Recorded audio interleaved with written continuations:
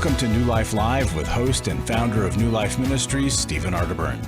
New Life Live is dedicated to transforming lives one at a time, thanks to the giving hearts of you, our listeners.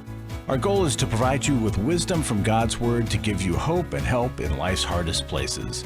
If you have a question you'd like to ask today, our phone lines are open. Call 1-800-229-3000. That number again is 1-800-229-3000. Now here's Steve. Hi there. Welcome to New Life Live. Really glad you're with us today. And it is Holy Week, Wednesday of Holy Week. And joining me, Dr. Alice Benton. Hi, Alice. Folks, I want to tell you, I was laughing just before we came on air because these men are both smart and funny. And when I'm with them, I learn something and they lift my spirits. Oh, well, thank you, Alice. That's true. Yeah. Well, I think lifting a person's spirits when you're a recovering alcoholic is better than lifting the spirit. So we don't want to be doing that. So that's what I say. Now, and Chris Williams is here. And Chris, glad you're here. This is Wednesday of Holy Week. And I want to read you something. I want to just show you how much faith it takes to be an atheist. You got to have a lot of faith, I think, to be an atheist. In Psalm 41:9, there is a prophecy that would be fulfilled with Jesus. And it says this: even my close friend, someone I trusted, one who shared my bread, has turned against me. That is the prophecy about Jesus and his 12 disciples, Judas. And, you know, when you see this and about 1 billion other prophecies, or I just think when you look at the universe, and I've said this before, and I'll try to say it as few times in the future, because I know I'm redundant. But you look at all these ugly gray planets and stars and stuff, and then there's this beautiful blue and green marble. Perfect amount of gravity where we don't have to slither like a snake. We're not bouncing up in the air, just perfect amount of gravity. I think if our axis was off 1% or something, you know, none of this could exist the way it does. Perfect amount of the right kind of air and all this stuff where we can breathe. And you really got to have faith that none of this was planned out by the Creator, God, the Creator. I think that takes more faith than to believe God built this and has a purpose for every single person that's alive today. That's what I believe. And on Wednesday, we talk about Judas here because this is, some people call this, or it used to be called Spy Wednesday, and it commemorates that on this day. This is when Judas betrayed Jesus. And there's so many prophecies that were fulfilled in this one man's life. And I heard Josh McDowell explain it this way in More Than a Carpenter. I forget the exact statistic, doesn't really matter. But let's say you covered the state of Texas with quarters, 6 inches deep. Took a helicopter. There was 1 quarter that was gold. And the chances of you flying all over Texas in a helicopter, setting down and picking the gold one from all of those, that's the same chance that all these prophecies could be accidentally, randomly fulfilled in the life of Jesus. Jesus came and he lived like no one has lived. Did miracles. People watched these miracles occur. He did things that were unsuspecting, honoring women and children and connecting with folks. And then he died and he rose so that we would not have to pay the penalty of sin. It just makes so much sense that God had all this planned out, knew it was going to happen, he knew he'd give us free choice, knew we'd mess it up. And we can be with him. During this Holy Week, let's think about this. Are all the people that have committed and dedicated their lives to Christ, are they stupid? Or maybe you've missed something. That God is alive and real and loves you. Absolutely loves you. That's what we want you to feel. We'll be back right after this. For years, all I did was focus on my husband and my needs were unmet because of his sexual addiction. The counselors focused on him, and all the books I read were about him and how to help him. My name is Shelly Martinkus, and I want to personally invite you to the Restore Workshop. If you have been affected by betrayal, it might be that your husband has been looking at pornography, it might be an emotional, a physical affair. I would love for you to come join us. This weekend gives me permission to now focus on me. You will leave with hope, with a community of sisters ready to support you, and you will also leave with tools to move you forward on this journey. I am so thankful to New Life for giving me what I know now is going to be a new life. The Restore Workshop is coming to Dallas June 26th through the 28th. Call 1-800-NEW-LIFE to find out more. That's 1-800-639-5433 or online at newlife.com.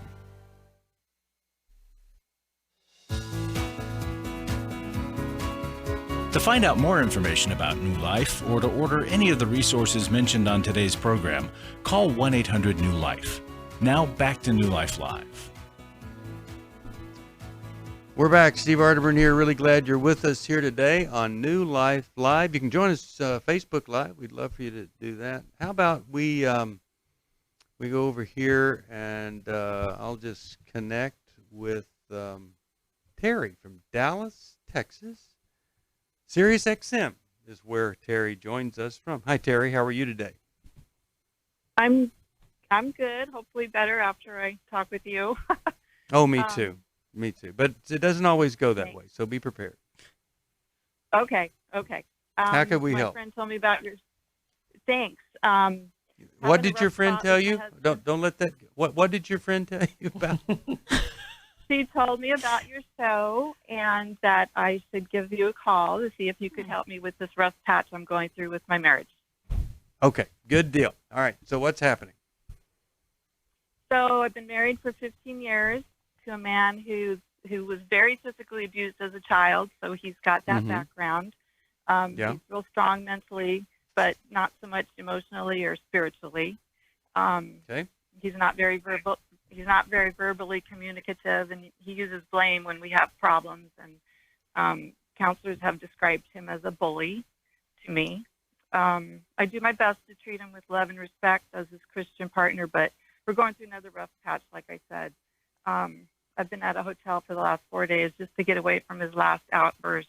No physical violence, but just he gets angry, he yells at me, curses at me, says very hurtful things, and I know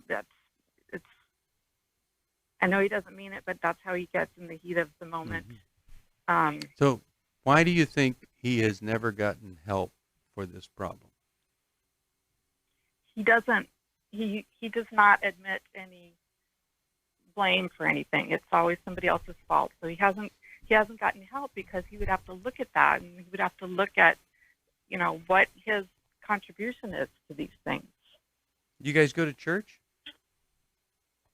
Yes, we do. So he's a believer, and what's that? More so me. He goes because that was the agreement when we got together. Okay. Yes, he's a believer, but Terry, but yeah. Go ahead, Alex. has it affected him that you left for these 4 days?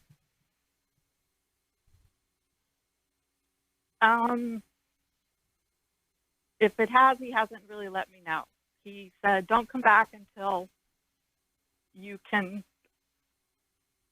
What did he say? He said, "So I can get my head on straight." Oh, Terry, I can hear the tears in your That's voice as you so say that. sad. Oh my goodness. Have you ever left before like this?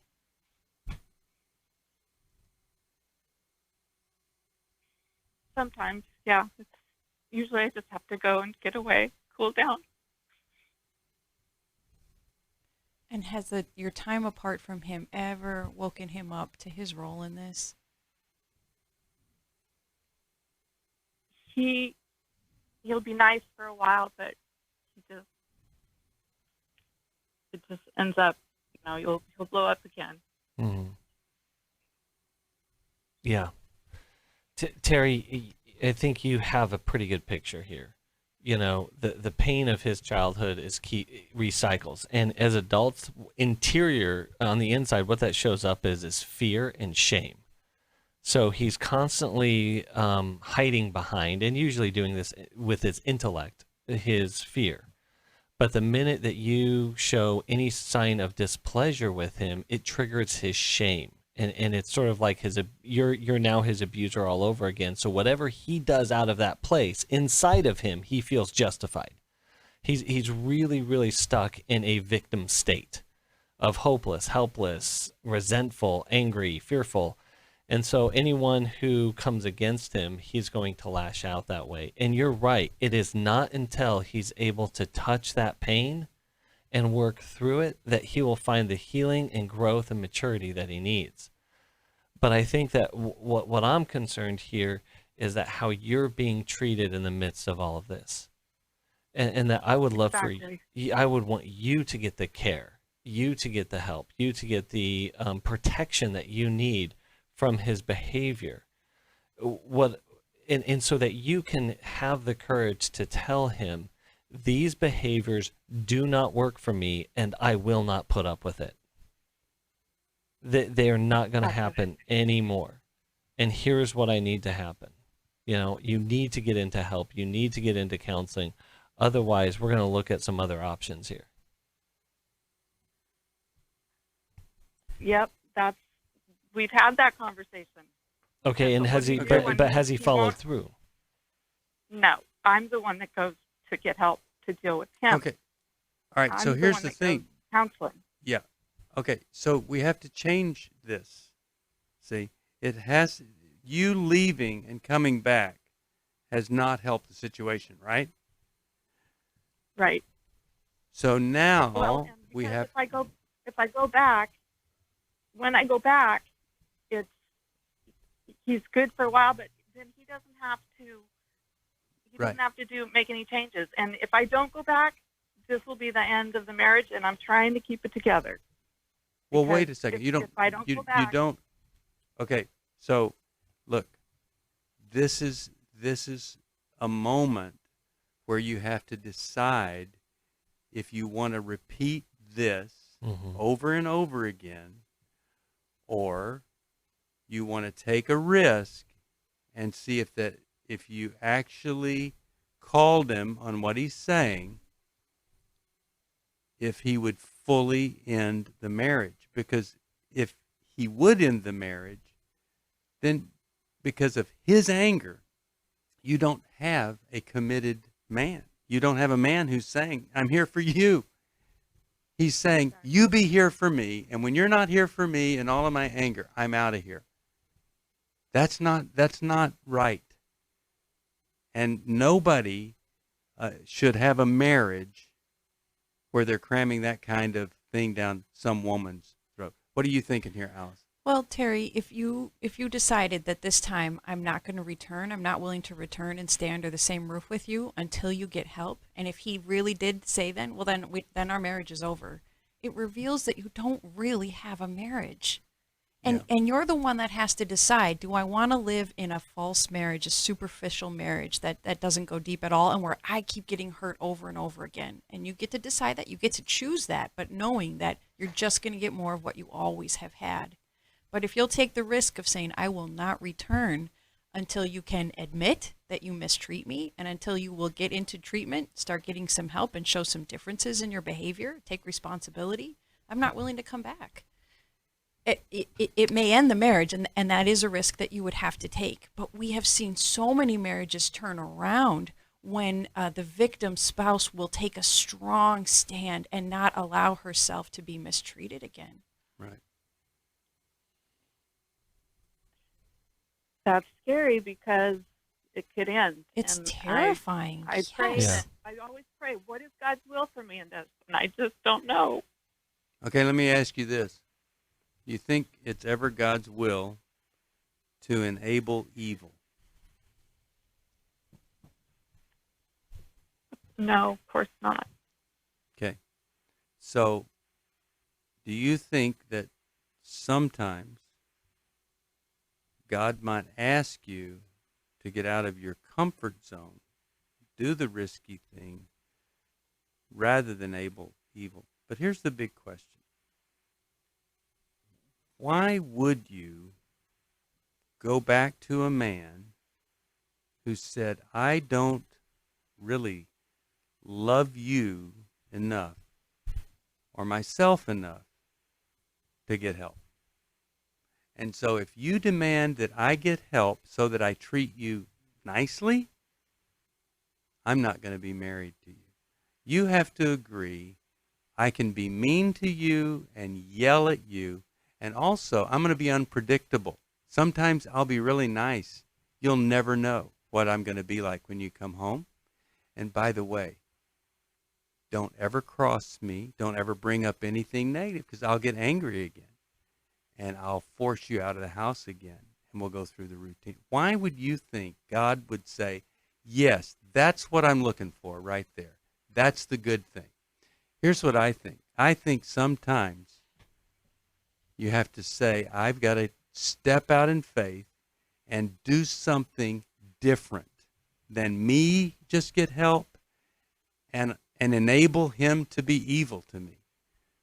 Sometimes a woman like you calls an attorney and says, help me understand my options. My husband is a rageaholic who's moved me out of the house. I need to be in the house. He needs to be living in a hotel. How did this happen? What are my rights? How do I get this dynamic changed? And sometimes you would be shocked at how many times. Something like that. The guy says, I did not know this is the person I was married to. But I really just can't imagine you being willing to go back to him, because when you go back to him, you're saying, I am willing to take whatever you dish out. I wouldn't do it. Terry, our advice must be so difficult for you to hear.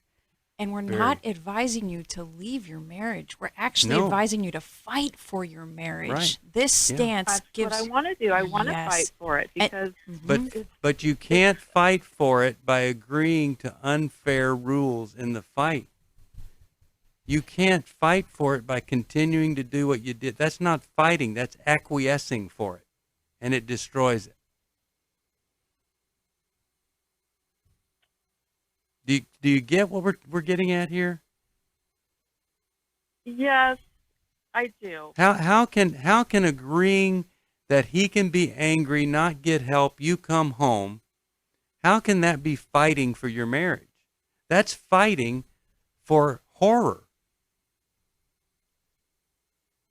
I just haven't found a way to get him to get some help. That is the problem. Well, And we're giving you a way to get him to get help. Ultimately we can't control what he does, right? Neither can I. No one can, right? It's up to him. And that's Right. the scary part. Is it truly is. You can do everything you can. Follow what we're asking you to do today. And that's why we want you to continue to get the help that you need, whatever his decision is.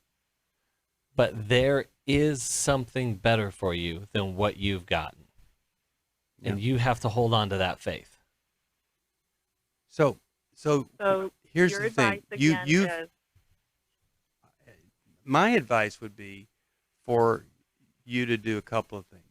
I'd go see a therapist a few times who's going to then offer for him to come and join you. But the second thing is I would be calling an attorney. Your husband in a million years would never think you would do that. And I would see, what are my rights here? Because you're not going to tolerate. And you're saying to him, I called an attorney because I realize we're just going to do this the rest of our lives, and it's never going to get better. So if you think it's okay to be married to me and be mean and cruel, well, you're mistaken. And every horrible marriage, Terry, has a fatal excuse on the part of both people. He's got his, and you've got yours.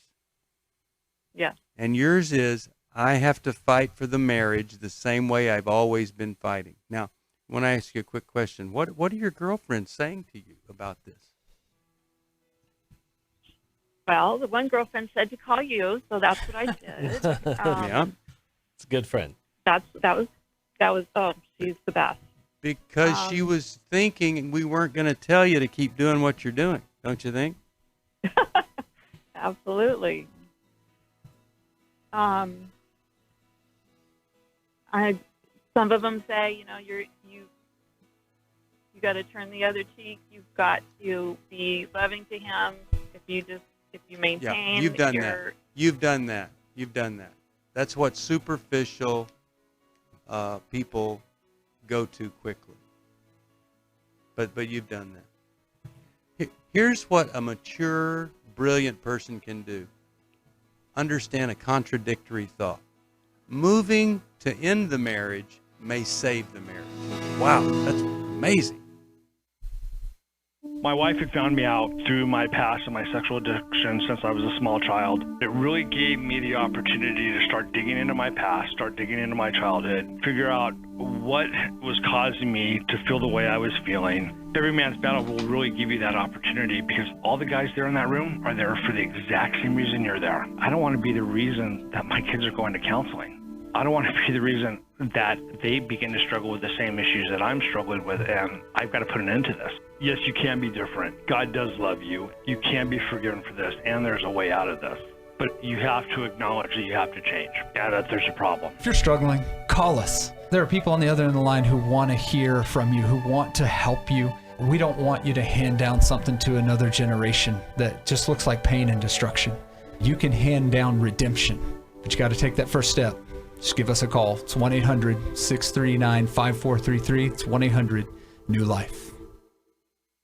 Hi, this is Steve Arterburn, and for 30 years, New Life has been the most trusted name in Christian counseling. Your ministry has saved my life. If you struggle with emotional hurt, family or marriage problems, the pit of depression, or the pain of addictions, we can help. I'm down 100 pounds now from what I was. You guys are awesome. You're a blessing to America. Our treatment programs provide clinically appropriate solutions from licensed professionals, all in a biblical framework. I have had problems with alcohol. I think God has ordained this place to be His. You don't have to be a prisoner of your pain. Help is available at 1-800-NEW-LIFE. She tells me that I'm a new man, and I feel like a new man. It worked for me, and it can work for them too. This time it is different. If you're ready to take the first step toward genuine spiritual and emotional healing, please call us today at 1-800-NEW-LIFE. God can open the door to a better tomorrow right now.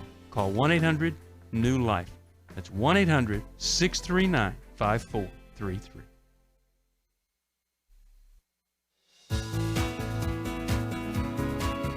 We'd love to hear from you. If you have a question or a comment, call toll-free 1-800-229-3000. Now back to New Life Live. We're back. Steve Arterburn here. Alice, you had a thought here before we... Just trying to wrap this up, Terry, what we're advising is that you take a stand for a healthy marriage where neither of you is mistreated, and that's what you'll return for. And anything less than that, it's not good for either of you, and you're not willing to put up with it. And that gives you the best chance of salvaging what is lovable in your husband and what is good in your marriage. And I really believe that that's absolutely true. And to hold that contradiction, passivity, acquiescing in the face of a person who is cruel, monstrous, it just never, ever produces the result. So I'm going to send you How We Love. I think it'll help you see the dynamic here. And if you're listening to this program, one of the big walls that we throw up out of fear is stubborn resistance. And it's a killer. It's that thing that you do to protect yourself rather than look at yourself, see where I could possibly make a change. So if you've got that, man, humble down, ask God to help you get through it, seek out some help. We'll help you at 1-800-NEW-LIFE. Here is Larry Sonnenberg, who has helped us help so many people over the years. Larry, talk to us about our needs here today. Yeah, I kind of want to talk about people's thoughts before we get to the needs. I'm thinking of Holy Week, and I'm thinking of what Jesus went through and the way God dealt with things. There was Judas betrayed Jesus, and Jesus had to go to Caiaphas' house. He was in front of Pilate. He did all kinds of things that nobody understood. And when we look back in retrospect, we see it was God's perfect plan the whole time. And as we're going through this coronavirus thing, I just want folks to pause and think about maybe just how God is working in this. And it makes no sense to us that he could use something like a horrible virus and flu bug, whatever you might want to call it, to further his purpose in some way. But when I ask for money and come on and just plead for you to help support us, I'm not asking those of you who don't know how to pay the rent or can hardly cover food in your home because of what the economics of the situation has done. But I am asking those of you who haven't had that kind of an impact, who are still employed, still have income, still have assets and resources, to not freeze them and think, I got to wait, but to maybe make a gift. Consider joining Club New Life. If we didn't have Club New Life, we'd really be in a mess right now. But Club New Life has been an incredible support for this ministry. So if you would please join Club New Life, if you would make a one-time gift, that's where we're really hurting. People seem to be just slowing down on their one-time giving. So if you could make a gift, it would be helpful. It would mean that this radio ministry keeps going. We have figured out, we think, how to do a workshop virtually through Zoom, and we're looking forward to doing that. We think it might be a real winner for us and help a lot of people. When I say winner for us, I mean in that a lot of men will sign up, and a lot of men will get help that they never dreamt they would be able to get through the internet, which is where most of them had a lot of problems. Mm-hmm. Yeah. So if whatever you can do to help New Life, we will be grateful, because we'll continue to do this life-changing ministry that we think God is honoring and blessing. And Larry, I was thinking, if folks want to help people most affected by the coronavirus, people are so isolated right now, and New Life is a way to reach them, because we're bringing hope right into their homes when nobody else can go into their homes right now. But we get in there through the radio waves, and we can connect them through telephone. So help us so we can help them, folks. Now, here's the reality. If you've never supported us, it's a bold move to do that. And if you've never supported us and then you would do that, it is a giant leap of courage to do that. But, if you've got a big chasm to cross, 2 small leaps get you halfway across that. So I'm just going to encourage you to muster up the courage, which is doing what you need to do when you need to do it, no matter the consequence, and help us take the bold, giant step, the big leap of faith, and help us, and you will not regret it. You'll say, that was one of the most powerful things I've ever done, because it required faith. And a lot of times we can just go through this world. We don't ever have to exercise faith. You could do it, and as a result, somebody's going to get some help, and we're still going to be doing this 30 years from now. 1-800-NEW-LIFE. Larry, a final word? Well, just thinking, we also have found a lot of our network counselors are doing phone counseling during this time. Yeah. Okay. So don't be just like Alice said, don't isolate. I mean, physically you might have to, but there's a lot of connecting you can do through phone and Zoom and other ways. I say it like That's this. Right. Teletherapist through teletherapy. Good deal. It's really good. Yep.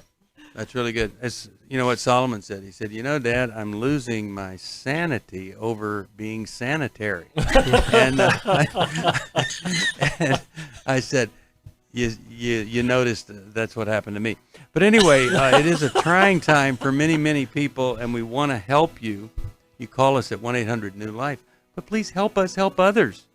And I'll tell you about some other things, bro. Thank you, everybody who is helping. Mm-hmm. Don't want to let that go by. We are so appreciative, and the people who are getting help are really appreciative. So thank you. They are.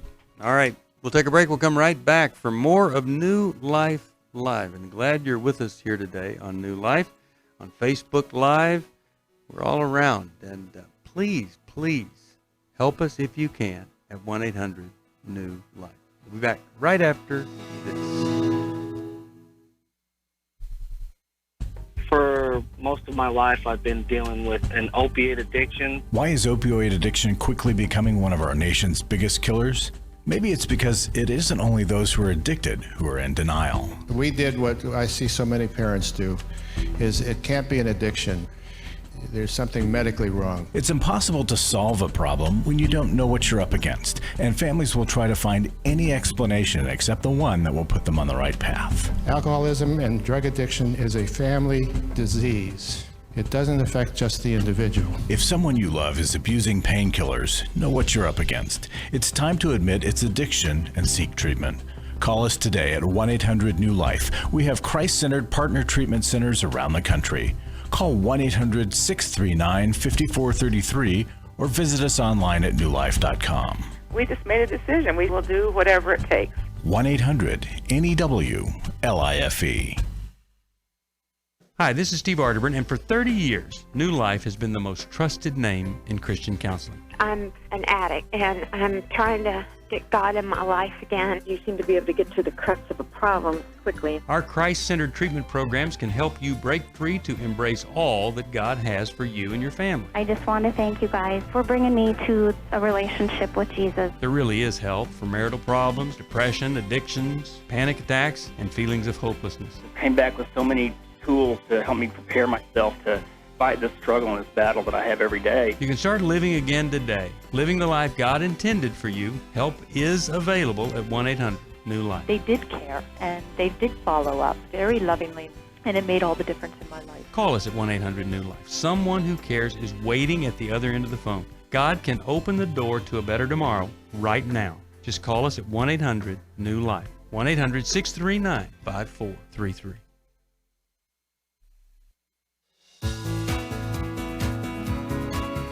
We're glad you joined us for New Life Live. To be a part of the program, call 1-800-229-3000. Now back to New Life Live.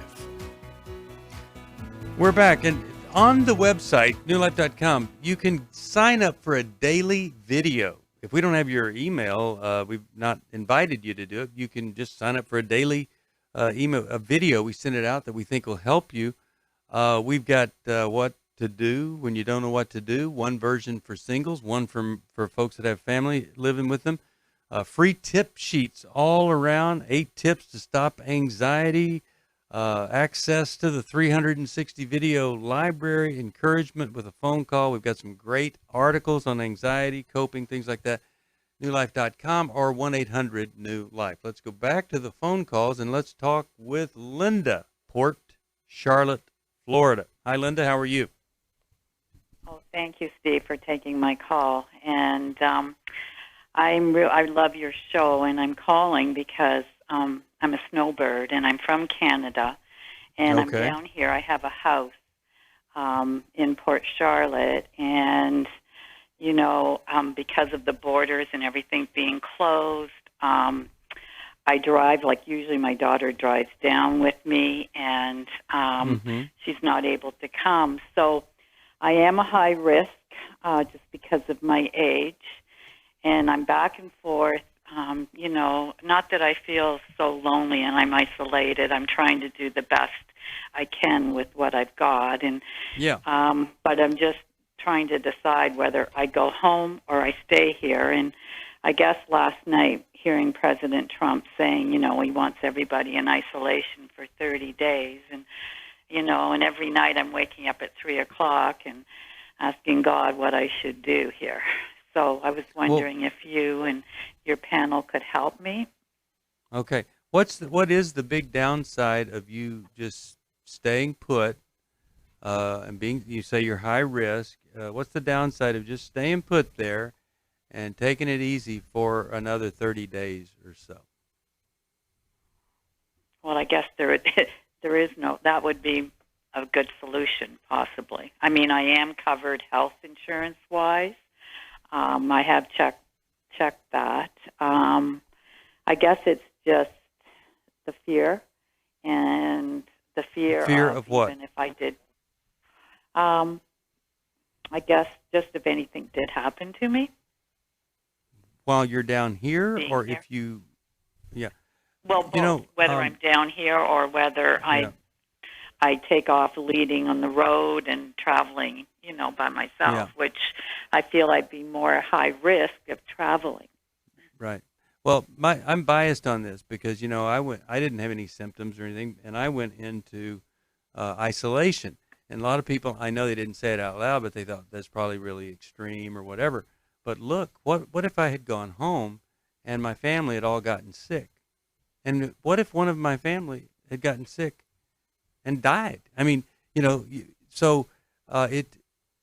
I just think safety is so important. And we were just talking about this choir that met, and they met 3 weeks ago, and now out of 60 choir members, 45 have the virus, 15 in the hospital, and 2 are dead. So I'm really on let's be more cautious than throw caution to the wind. Let's hear from Alice and Chris. What do you guys think? I mean, I don't want to give anybody bad advice, but I think that's. What do you think? I think that's spot on, Linda. It's really important. I think right now that we just follow the advice of the experts. I'm not an expert on this. I'm just following the advice on it, and everything I hear out there from those that seem to really, really know what they're talking about. The experts on the front lines, including those advising government at the highest level, are telling us to stay in. That to leave your home, to try to actually make it all the way back up to Canada from Florida, is putting yourself at a tremendous risk that I just would not want you to take. I would advise against that. My thing is, Linda, how are you going to pass the time? How are you going to hang out in Florida and kind of ride this isolation or this quarantine out? Well, I've just been listening to your program every day.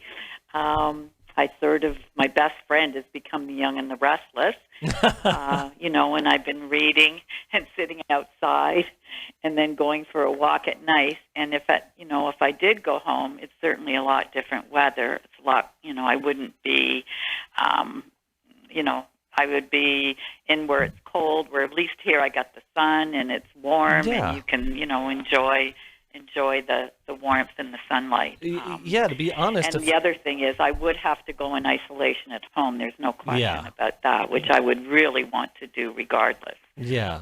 Okay. So I think you know what to do, and I think if you don't have a great church or community or anybody, and if you need a little telecounseling while you're in isolation, you let us know. We want to give you some help. But Steve, let me send you a copy of 100 Days of Peace, and I think that'll help too. Alice, what are your thoughts? On that note, Linda, I think you can adjust your prayer. Not what should I do, should I stay or should I go, but Lord, while I'm here, what would you have me do while I'm here in Florida? And whatever those fears are, that if something were to happen to me here, there are fears that you haven't yet voiced with us. And I think what Steve said is something that you should consider. Processing those fears with a therapist through telecounseling so that you can figure out, is there anything I can do, any action I can take to waylay those fears, to better plan for my future, or to make any reconciliation with my loved ones during this time? Maybe that's what God is asking of you, to make the time here fruitful while you're here. I just know that, and Linda, we can't afford to lose a listener that likes our program. So please hang in there for us. But, I just know it's so tempting, no matter where you are, to say, let's go somewhere else. Let's get up. Let's pack up. When really what we need to do is just sit tight and be safe. And so I hope that that's helpful to you. Let me send you 100 Days of Peace. I think you'll love that devotional. Anybody else, you can get it at 1-800-NEW-LIFE. Now let's go here to Lori from Birmingham, Alabama, WBHY. Hi, Lori. How are you? Hello. How can we help you, Lori? Hello. I'm great. Yes, Lori. Thank you. So I'm going to try to be brief. So okay. My son got married 3 years ago. They met on social media. Beautiful girl. He's an outstanding guy, of course, my son. Got married within a year, or close to a year. Beautiful wedding. Prior to getting married, he observed how her and her mother interacted, which was very disruptive. They argued a lot. The mother would always threaten her. But they're both long time in the church, committed to church, frequent goers. And as time progressed, prior to them getting married, he asked me what did I think about him marrying her in spite of him observing how she and the mother interacted. I said, well, the apples don't fall far from the tree, so it might be something, it may be a red flag. So he truly loved her, thought she loved him. So within a year after being married, she kind of forced him to have a baby. He wasn't ready. He didn't want to lose her. He said that she told him her mother got rid of her husband because he wouldn't give her a baby. And so he thought that was going to be his consequence as well. So he agreed to have the baby, beautiful baby son, just turned 2. So in the midst of that, she told him she does not like intimacy. That was the only time she was really active in being intimate with him. After having the baby, very little interaction intimate-wise. She's a spender. Okay, so what's the question for us then? Quick question. So what else can I tell him? And so recently he's really opened up and confided, said that he feels like he's getting depressed. He's been kind of giving her everything she wanted. They built a home, bought a home, beautiful home, but it's spiraling out of control with her controlling And so him. how can we help? Okay, so how can we help? What should I tell him? He's tried counseling. Tell him. He's counseled with. He's counseled with whom? He's counseled with the pastor of the church that actually married him, and he pretty much sided with, well, not so much sided, but he pointed out her, I won't want to say shortcomings, but things that she could do better with. But she's still blaming him for everything. The mother's very intrusive, very, very aggressive toward all in the marriage, in the middle of the marriage. So he's just kind of, I'm watching him succumb to all of that and just watching it spiral out of control. And it's breaking my heart. Beautiful couple. Okay. All right. So and she also told him about the intimacy. She told him that he could pretty much do porn instead of them having intimacy. Yes, I've heard of women saying that. All right. Well, I can't think of a worse example of what a Christian marriage. Well, there's some worse examples, but what a horrible thing. We'll give you some help right after this. You're listening to New Life Live. My wife asked me for the first time in 2011 if I would consider myself a sex addict, so I signed up. I'd read the Every Man's Battle book, and it was a great book, but the workshop, it was the experience that really was key for me. If they go to EMB, they're going to be in good hands.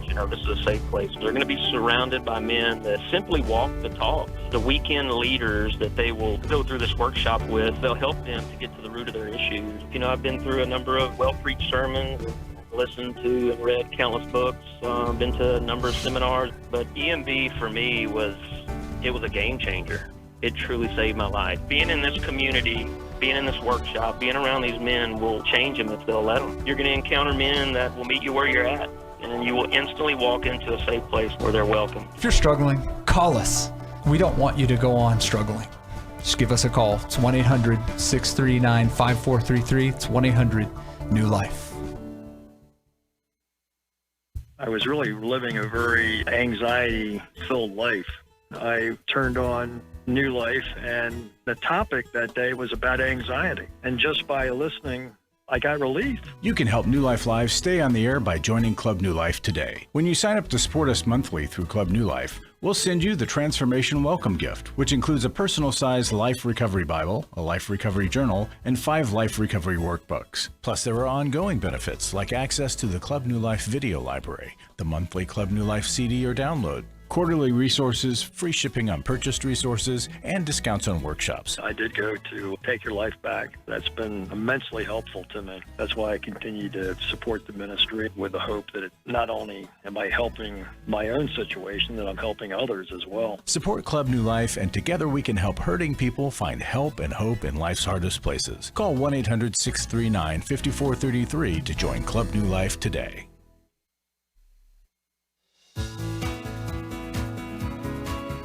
To find out more information about New Life or to order any of the resources mentioned on today's program, call 1-800-NEW-LIFE. Now back to New Life Live. We're back, and we are talking with Lori.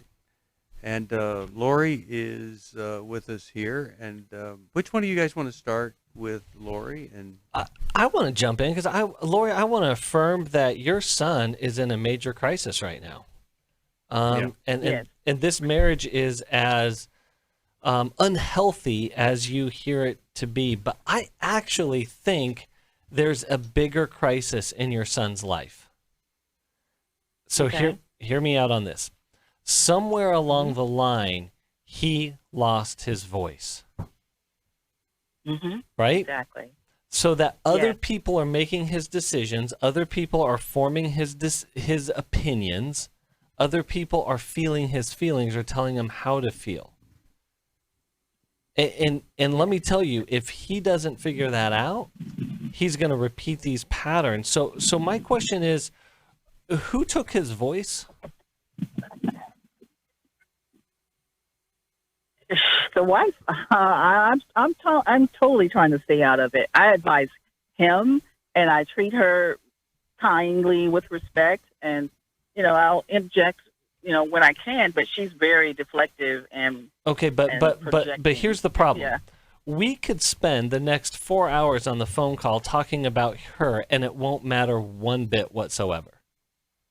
Yes. Right. Exactly. Okay, so he's him himself, right? Really, he's allowing it, and that's what's breaking my heart. Well, and I think that that's where you can approach him. Is son, what is breaking my heart is that I'm seeing you being mistreated. I'm seeing you devalued, and somewhere along the line, it feels like you've lost your voice. You've lost your truth. You've lost the ability to stand up for yourself. I'm curious. Tell me about that, or what's going on there. Right. That's good. Yeah. Alice, what do you think? And the other... Oh, yeah, go ahead, Alice. I want to know what you think, not what I think. Well, I think your son's passivity, Lori, might be an entry point with his wife. If he could confess to her, I think maybe I've let our family down by not being a strong enough servant leader to this family.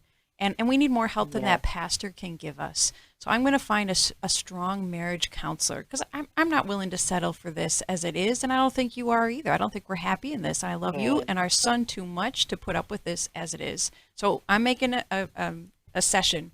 I'm making an appointment with a good marriage counselor, and I really want you to come. I'm going to go anyhow, but I need and want you, wife, to come with me. And here's an amazing... Here's an amazing announcement that you might want to make to your son. Are you ready? Yes. This is the last time that I'm going to be giving you advice on your relationship with your wife, who has a troubling relationship with her mother, because we don't want to be so dependent on each other, or you dependent on me, that while we're asking her to separate from her mother, you're still asking me advice. Son, you need to get a strong male counselor. You need to go get in a Bible study or a support group of other men. And you need to be, you need to go to that Bible study, and then when you're walking out to the parking lot, you're saying, Bob, what do you do when your marriage gets in trouble? 'Cause, man, I'm having a hard time. He needs to be talking to other men. Otherwise, you let him take on this or keep this role of little boy asking mommy what to do. And a woman will not be attracted to the little boy. Now, that's not Absolutely. the source of the problem. I'm just saying let's eliminate something on the periphery here. Now, this issue of her saying, you go ahead and use porn, he needs to say, I'm not going to do that. I am going for us to work on us, so I would never, and whether we do or not, I'm not going to do it anyway, because it's not right. And it's not right for her to say that.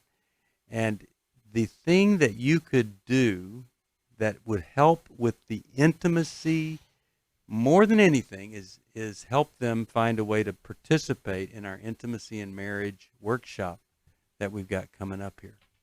Because these are the kinds of situations that people walk away and they never dreamed they could get back to the levels of intimacy that they have. That's what I would do. I would have him, and if I could pay for it, that's one way I'd intervene. I would help them do that. Because she is really in trouble with when she's saying, just use pornography. Yeah. But I got to tell you, there was trouble from the beginning, and how sad that he came to you and said, what do you think? Look at this. He knew she wasn't the right person. Now he needs to make her the right person by getting the help. Alice, any other thoughts here? Because you look really troubled. I just think how easy it could be for him to fall into pornography. He's got his wife's permission. She won't be intimate with him anymore. And I'd rather he listen to the recording of our answer to you, Lori, rather than you giving this to him. I just hope he becomes a champion for pursuing healthy intimacy with her. Because a lot of the pain that can occur, it might be emotionally caused, it might be medically caused, but there are so many answers to that problem that if he will pursue it and not take the easy way out, he could help them find the solution to that. All right. I totally agree. Okay. He's kind of explored all of those things, and like I said, I kept myself out of the equation only by discernment. Would I pursue him to ask him what's going on and is he okay, and out of concern. And she did say that she had pain during intimacy. They explored that. She went to the doctor, but she just shuts down and cries when he tries to really get to a solution, and he succumbs to it. Okay. Well, I'm just hoping and praying that something we've said might inspire him to do something differently. You know, we really do think there are a lot of pastoral counselors that have great wisdom with people. They know how to do this. But sometimes, you know, this is a really extreme case, a complicated case, and you have to be willing to say, I've got to go beyond this and do something beyond this. This is a tough time. It's really a tough time. But sometimes the toughness produces some vulnerability. And people are thinking, well, you know, I don't want to get help with that, but maybe it would be good if I'd go and I could talk about something else because they're struggling. I would sure try to make the best of these very, very tough times. I do know this I know. Don't know a lot of things. I'm not certain about the future. But I know this, that God wants to take everything that is intended for evil, and he wants to turn it into something good. People are often saying, you know, things like this virus that we're in, things like this are what God is doing to punish us. You know, I wonder if it's sometimes just the opposite, that God does these things or allows these things so that his glory could be manifested, that he could bring glory to himself as people see Christians respond in a different way, so people open up to the most valuable, important things in life. This virus, although so painful for some, it's a gift to others. And if you're not grateful that you're not sick today, get on your knees and thank God that you have not gotten ill, and protect yourself. And if you need some help, call us at 1-800-NEW-LIFE. And if we can help you, we're there. You can help us. You be there for us. 1-800-NEW-LIFE, same number. Now, join me 5 o'clock Eastern, Facebook Live. I'd love to see you. Thanks for listening. We hope this program has helped you by giving you insights for handling the challenges you face in your life. We want you to know that we're here for you. But you also need to know that New Life Live is a listener-supported ministry. To make your donation or to get any of the resources mentioned on today's program, call 1-800-NEW-LIFE. That's 1-800-639-5433, or write to us at New Life Ministries, P.O. Box 1029, Lake Forest, California, 92609. Please join us again tomorrow for New Life Live.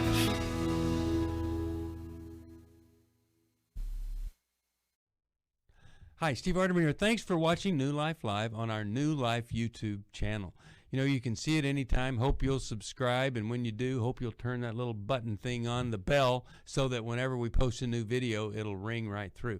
Now, if you go to newlife.com, you'll see the schedule of when we're in the studio, which is helpful to know if you have a question for the program, or you could go to newlife.com or call us at 1-800-NEW-LIFE.